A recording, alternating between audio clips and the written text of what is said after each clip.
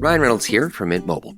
I don't know if you knew this, but anyone can get the same premium wireless for $15 a month plan that I've been enjoying. It's not just for celebrities. So do like I did and have one of your assistants switch you to Mint Mobile today.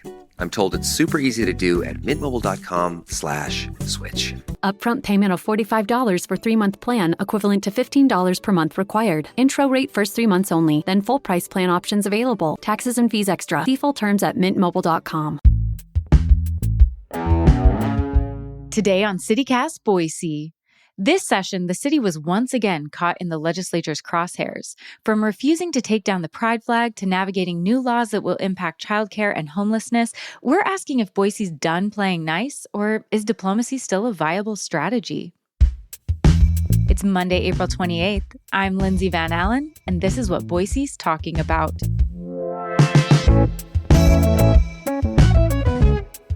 I'm here with Kathy Grismeyer. She's the City of Boise's Director of Policy and Government Affairs. Thanks so much for coming back on the podcast. Thank you for having me. It feels good to be on this side of another legislative session. Yeah, I'm sure you did it. We made it through one more time. We've survived. Well, let's dive into what has quickly become one of the most talked about issues in Boise. The legislature passed a law, it was signed by the governor and is now in effect, that restricts what flags can be flown at government buildings. Mayor McLean has refused to remove the pride flag. Republicans say that the city of Boise is now in violation of this law. What can you tell me about why the city has not removed this flag yet? Sure. Well, I think looking just plainly at the bill text, the bill language, there was not a penalty included in this legislation, much like we've seen in some of the other bills I suspect we'll be discussing later today.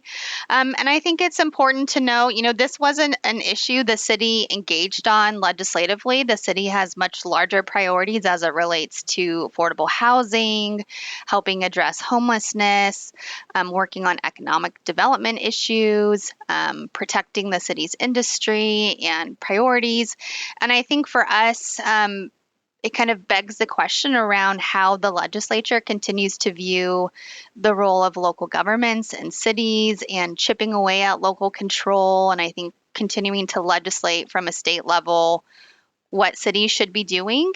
And unfortunately, in this case, Boise has always been a welcoming city. We have always been very supportive of the LGBTQ community. It's a value we've held long before this group of lawmakers came. And so it's something that we felt was really important to continue to uphold and to demonstrate to our residents, to the community, to our businesses that the city has and will remain an open and welcoming community for all.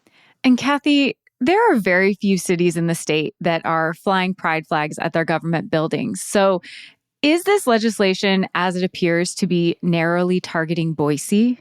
That would be my read on this legislation. Yes, it's something that the city has historically flown. It has not been something that we've received, I would say, broad community response in terms of folks demanding that the flag come down. I think folks know the city's values of the government, of our mayor, of our city council, again, to be an open and welcoming community to support the LGBTQ community, especially in light of some of the legislation that does continue to target this community, and so want to continue to uphold those values and support a flag that has been historically flown on City Hall Plaza for a number of years. And the state's Attorney General, Raul Labrador, has sent Mayor McLean a letter alluding to repercussions for the city if she doesn't remove the pride flag. Do you think this signals a shift in how aggressively the state is willing to confront our city leadership? I think that the legislature has previously enacted additional penalties on other issues. So I see this maybe more as an oversight, but I do, as it relates to, for example, one of the funding bills as it relates to ACHD, there are criminal and financial penalties for leaders who are addressing pedestrian and cyclist safety when it comes to roadway planning. I mean, that's pretty shocking to me. We know that there have been penalties that are added to particular bills that restrict a local government's sales tax revenue distribution that comes out of the state tax commission. So they are certainly looking at ways, I think, in their mind to hold governments accountable. In many ways, it's just harming the economic base that they then use to issue income tax cuts. So we've got to recognize that there's needs to be a better working relationship between local governments and the state, and a realignment of the priorities that the state should be focusing on in response to everyday needs of Idahoans, as opposed to engaging in these punitive legislative actions. And the mayor told the Idaho Statesman that the city wouldn't be taking down the flag because the law doesn't have an enforcement mechanism, like you mentioned earlier. Do you think that omission was strategic, perhaps to provoke a standoff like this, or do you think it was an oversight? Oh, I don't want to speak to the bill sponsors' intent here. I perhaps think it was maybe more of an oversight and something that I expect will be fixed early on in the 2026 session. But I guess we'll see what lawmakers decide to do when they reconvene next year. So what's next for the city on this issue? I think the mayor has been very clear that the city is going to continue to fly the flag. We think it's an important gesture to our community. It's something we've always done. And until I don't see us changing that stance, and we'll just continue moving forward, again, focusing on the issues that that Boise residents are asking us to focus on instead.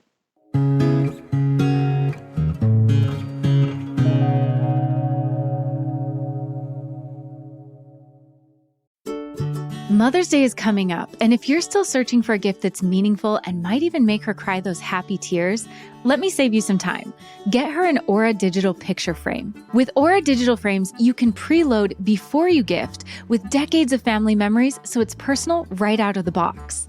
It plays live photos and up to 30-second videos with audio. And you can invite your whole family to contribute, so she's not just getting a frame, she's getting a living scrapbook from the people she loves most. Aura's been featured in hundreds of gift guides this year and named #1 digital frame by Wirecutter and Forbes.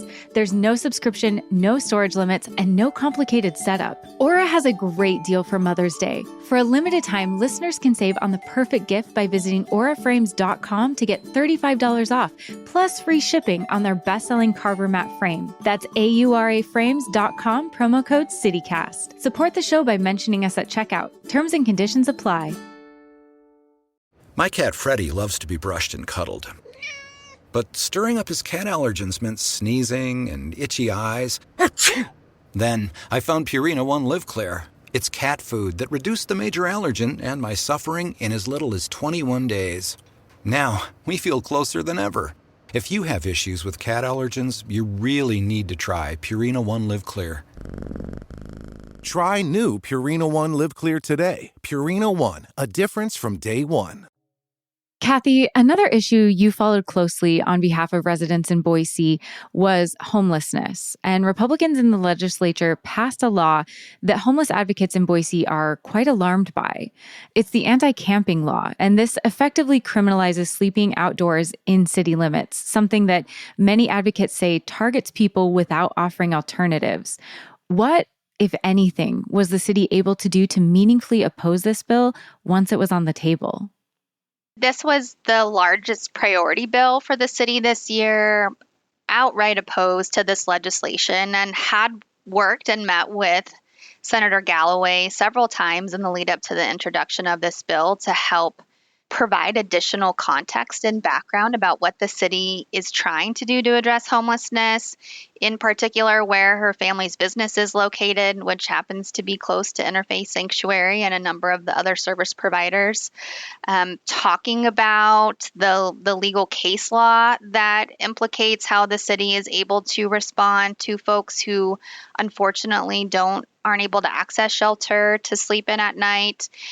And again, trying to really provide background context about the limited funding resources that the city and homeless providers have as it relates to what can be done here. And in response to the federal funds pause that many organizations are facing out of DC, that does have a role to play in what we're seeing in terms of available resources to respond to homelessness in Boise. So for us, this was an all-out legislative campaign, working to bring service providers into the mix, bringing law enforcement together. Again, this bill only targeted the three largest cities in the state, so our population centers, Boise, Meridian, and Nampa. And so really tried to educate lawmakers about what's actually happening on the ground, what's the legal landscape really looking like as it relates to Idaho's own cases, Martin v. Boise, and then the subsequent Grants Pass versus Johnson Supreme Court case from last summer. And then really, like, what's the humanitarian story behind this issue? What are folks really seeing? What are they facing? What are their limitations? And what is a better role for the state to play in addressing homelessness versus outright criminalizing? And unfortunately, the legislature was not swayed. And now we have a bill that is pretty direct in determining what kind of path cities have to take in order to avoid an investigation by the Attorney General and significant financial penalties cities could face too if found to be non-compliant with this law. So now that it is the law, how does it change the city's ability to respond to homelessness in a humanitarian way? So currently, right now, the city's no camping ordinance does have a stipulation that's part of the settlement in the Martin v. Boise case that says tickets, the way that law enforcement goes out and potentially assesses issuing a misdemeanor penalty to somebody who's choosing to sleep outside is based on the available shelter bed space in the city. And so what happens every night is law enforcement, BPD officers in the shelter service area coordinate with the shelter providers to understand what's the available shelter bed space. And if there's not an available shelter bed space, then available is defined pretty broadly to really be as accessible to people's needs as possible, really working to find a good spot for them to be that night, working to provide services. So I think that discretion and that understanding about what's happening at night, who's moving in and out, what the shelters have in terms of capacity, that goes out the door. Because what the law requires is that we are not to authorize it in any capacity. And if we're found to be allowing camping to be happening, which does include families who might be choosing to stay in their car as a family unit because they don't want to be separated at a shelter, it requires the city to take action against that family in order to avoid investigation by the Attorney General, which then provides subsequent financial penalties for the city at taxpayer expense. It is really draconian to think that lawmakers thought it would be appropriate to insert law enforcement into responding to families who oftentimes, again, don't want to separate as a family unit to go into the available shelter space, so they choose to sleep in their car. The bill's definition of camping includes folks who sleep in their motor vehicles, as evidenced by personal belongings or pillows. What this is going to do to families and the impact down the road in terms of further criminalization and a redirection of resources in the wrong direction, the legislature really missed the mark in how do we humanely and appropriately respond to an issue that they should have a role to play, and instead are asking for a pretty punitive response from local law enforcement. And is the city looking at workarounds to meet the needs of some of our most vulnerable residents since this law passed? Right now, the city is looking at seeking some clarity from the AG's office in partnership with the other implicated cities that are targeted by this bill to better understand what sort of enforcement policy that they would like the cities to adopt in order to avoid an investigation. I think what's interesting about this bill is it doesn't prescribe what type of process the cities should take in order to prohibit or ban public camping. So I think we're looking to seek some clarity there. There was some conversation with lawmakers throughout the bill's process that, this is just a code enforcement issue. Just have them go out.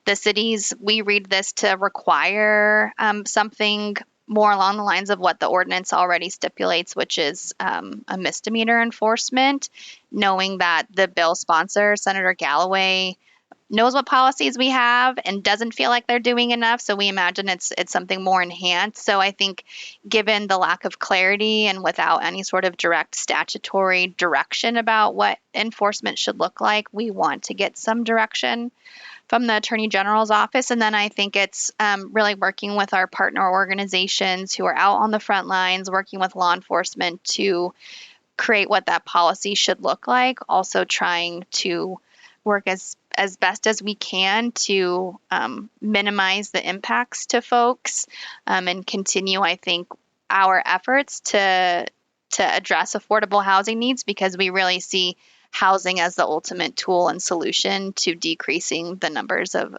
folks experiencing homelessness in our city. And Kathy, childcare is another area where the needs of Boise families are urgent and growing. Residents are struggling to find affordable placement for their children, and providers of childcare are struggling to pay their staff competitive wages and remain open. The legislature passed a bill that loosens regulations for childcare providers. Do you think these changes will alleviate some of that pressure and help more families find childcare? I'd like to be optimistic that that will be the outcome of this legislation, but I do really have concerns about the Department of Health and Welfare and their ability to appropriately license and oversee child care facilities in the state. So under this bill, House Bill 243, again, preempts local governments from having any sort of licensing or oversight authority of child care in their city. In Boise, we currently license 205 child care facilities and over 1,900 child care workers. And we have really tried to be as responsive and collaborative with the childcare industry as possible. So we've worked at providing incentive pay during COVID to help maintain staffing levels. We've provided a property tax rebate for in-home care providers in particular who are operating in the city. We're subsidizing childcare licensing fees for first-time workers in the city. We've reduced licensing timeline. So we've tried to be nimble and responsive to what daycare providers are asking for the city to do. I don't know that same customer service care will really be afforded these businesses at the state level. I think what's notable about this bill is it included no fiscal note. And it's having the state assume responsibility for the largest cities in the state who have been overseeing their own child care facilities. So I do wonder about how they're going to be able to have staffing to run fingerprints and background checks, how they're going to have staff and or Idaho State Police prepared to do inspections or follow up with safety concerns. The department was already forwarding us their complaint that come in on their 211 care line. So I do really fear that ultimately who's going to feel the brunt of this are the children and the families who are just looking for affordable, safe, and reliable childcare. And the state did not have a transition plan in place to assume licensing and oversight when this bill is moving forward. I know that they're working to try and figure that out, but I'm anxious to see how that will get done before this July 1 deadline when all city licenses will no longer be in existence. So it sounds like it could potentially create quite a bit of disruption for families who are just looking for childcare or families who are just seeking these services for their children. Is there any way that the city is hoping to be able to compensate for this, or are we just going to have to kind of see how this plays out after July 1st? Unfortunately, I think we're going to have to see how this plays out in July 1st. On July 1st, the city sent out notice to all currently licensed facilities and workers that they'll remain licensed up until that July 1 deadline. I know the department is working to help identify where all of these facilities are across the cities that are coming under state authority. I do think it will be interesting to see how that transition really happens. That was one of the talking points we were using with lawmakers as we were working to push back on this to say, this is a really tenuous industry, and at the forefront, children's safety should be first and foremost, and then service to parents who want to be able to enter the workforce, go to work during the day and know okay, my kid's in a good spot and I don't have to worry about Are their staff licensed? Are they meeting, nutrition guidelines? Are their buildings safe? Are they passing their fire inspections? These are all things local governments had been doing to help support folks. And I hope that the state is taking very seriously this responsibility that they've now granted themselves to help protect and support a really critical industry, both for early childhood education and also for the state's just broader workforce needs.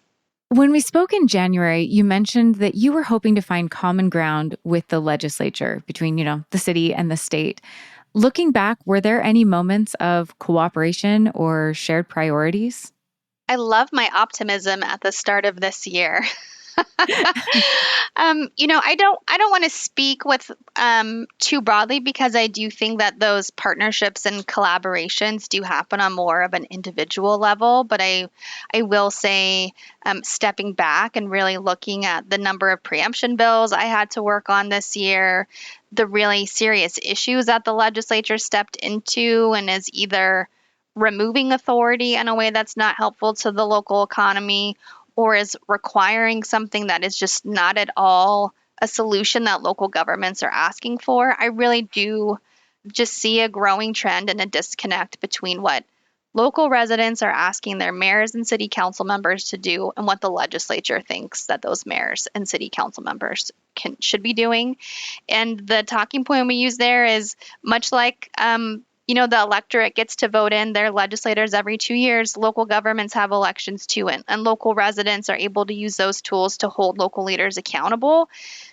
The state needs to grant local leaders the ability in the room to respond to local needs, to have all options on the table, to be creative, to be innovative, to be flexible, to meet, constituent demands, as opposed to navigating and figuring out, a new way to maneuver on housing or planning or transportation or childcare. And I hope that we can, continue to endeavor in finding, opportunities to work together moving forward. I think the political environment's getting a little bit trickier, but we'll have to hold on to that optimism for 2026, I guess. Well, Kathy, I hate to do this so fresh after the session ending, but I do have to ask, as you look ahead, what is your strategy? Do you keep trying to build bridges, or do you focus more on preparing for more battles? I think it's both. But I also know that we've got to continue to identify issues where you can build bridges, where you can bring folks together. I'm doing this work. It's my 11th session. So know that even as we're facing really difficult political environments, again, there are lawmakers in that building who recognize the need, want to build partnerships with local governments, want to help deliver that government can provide good things, provide kind of the day-to-day infrastructure that help our residents be successful in their own lives. And I do also see, though, an opportunity to bring more folks into the building. And by that, I mean, if you have an issue that you care about that's being targeted by legislation, lawmakers need to be hearing from folks, whether it's impacted businesses, whether it's developers, whether it's transportation advocates, whether it's childcare business owners, whether if you're a person who has housing access needs. I mean, finding opportunities to engage, connect with your lawmaker, share your story. Those have so much power, and I have seen them move policy outcomes. And so I think we have to keep figuring out ways to work together with all impacted people, get them to the State House, and share the needs that Idahoans have, and hope that the legislature will do the right thing. Well, Kathy, thank you so much. We covered a broad range of topics, and I appreciate you being so candid and expressing how this legislative session impacted Boise. Yes, thank you so much for having me on here and for the opportunity to talk a little bit about what the city does to help support our residents and help make Boise a place that folks want to continue to call home.